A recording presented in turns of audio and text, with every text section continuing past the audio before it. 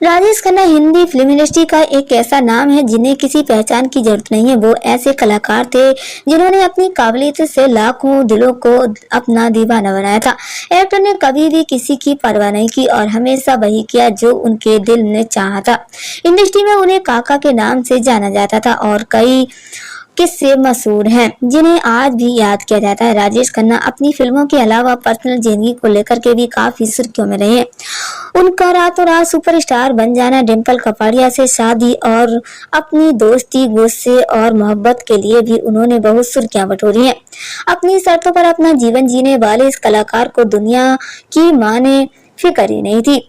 उन्होंने हमेशा वही किया जो उनके दिल ने करने को कहा। आज हम आपको उनकी एक प्रेम कहानी के बारे में बताएंगे। लव स्टोरी का नाम सुनकर किसी को भी यहाँ डिम्पल कपाड़िया की याद आएगी, लेकिन यहाँ पर एक दूसरी एक्ट्रेस की बात हो रही है जिनके साथ राजेश खन्ना 7 साल तक लिव इन रिलेशनशिप में रहे थे। राजेश खन्ना का करियर जिस समय बुलंदियों पर था, उस समय एक नहीं बल्कि कई एक्ट्रेस के साथ उनके अफेयर के चर्चे हुए थे।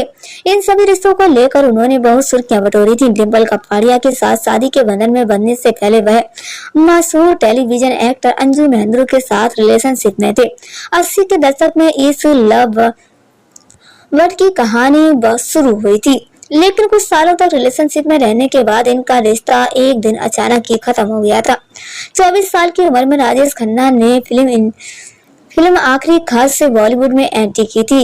1966 में इनकी पहली फिल्म रिलीज हुई थी और देखते ही देखते लोगों की पसंद बन गए थे। वहीं टेलीविजन एक्ट्रेस अंजू महेंद्रू उस समय अपने करियर के लिए स्ट्रगल कर रही थी।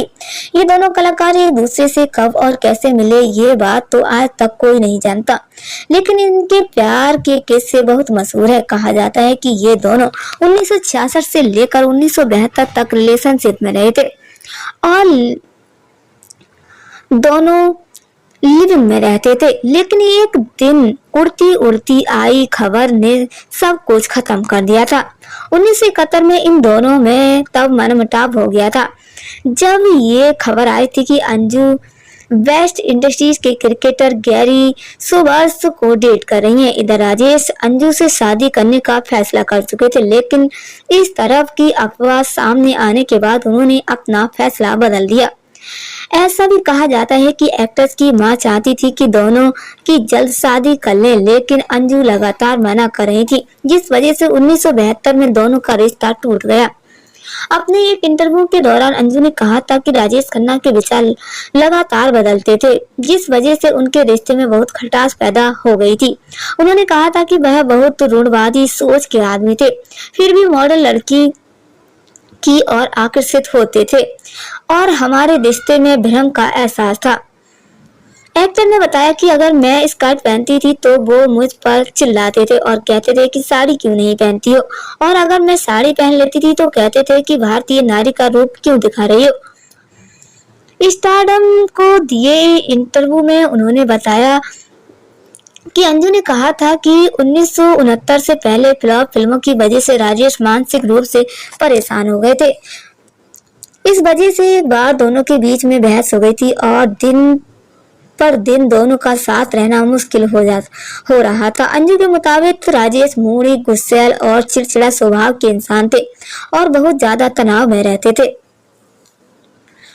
वहीं अपने एक इंटरव्यू के दौरान राजेश खन्ना को ये कहते हुए देखा गया था कि अंजू के लिए वह चाहे कितनी भी कोशिश कर ले, लेकिन वह हमेशा व्यस्त रहती थी और जब भी स्टूडियो में थक हार कर घर लौटता था तो मुझे एक नोट मिलता था जिसमें लिखा होता था कि वह किसी पार्टी में इस तरह से हमारा रिश्ता खत्म हो गया था। अंजू से अलग होने के बाद सुपरस्टार राजेश खन्ना ने अपने से 16 साल छोटी डिम्पल कपाड़िया से शादी कर ली। दोनों की मुलाकात अहमदाबाद के नवरंगपुर स्पोर्ट क्लब में हुई थी। वह काका का पहली नजर में डिम्पल के दीवाने हो गए थे। 3 साल तक इन दोनों का अफेयर रहा और 1973 में ये शादी के बंधन में बंध गए थे।